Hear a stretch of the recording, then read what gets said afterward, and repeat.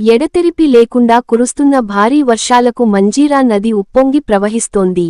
సింగూరు జలాశయంలోకి పెద్ద ఎత్తున వరద నీరు చేరుతుండటంతో ప్రాజెక్టు 9 గేట్లను ఎత్తి నీటిని దిగువకు విడుదల చేశారు.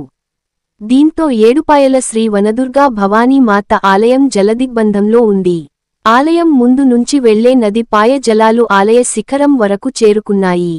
దీంతో గత 10 రోజులుగా ఆలయం జలదిగ్బంధంలో ఉండటంతో రాజగోపురంలో ఏర్పాటు చేసిన శ్రీ వనదుర్గా భవానీ మాత ఉత్సవ మూర్తికి శనివారం ప్రత్యేక పూజలు నిర్వహించారు. దసరా శరన్నవరాత్రోత్సవాలలో భాగంగా అమ్మవారు ఇవాళ శ్రీ లలితా త్రిపుర సుందరీ దేవి అలంకరణలో భక్తులకు దర్శనమిచ్చింది. నది వైపు భక్తులు వెళ్లకుండా పోలీసులు కట్టుదిట్టమైన భద్రత ఏర్పాట్లు చేశారు. ప్రజలెవరూ నది వైపు వెళ్లకూడదని ప్రజలకు పోలీసులు సూచించారు. Ram Dayal Rebba, R7 news, Sangareddy.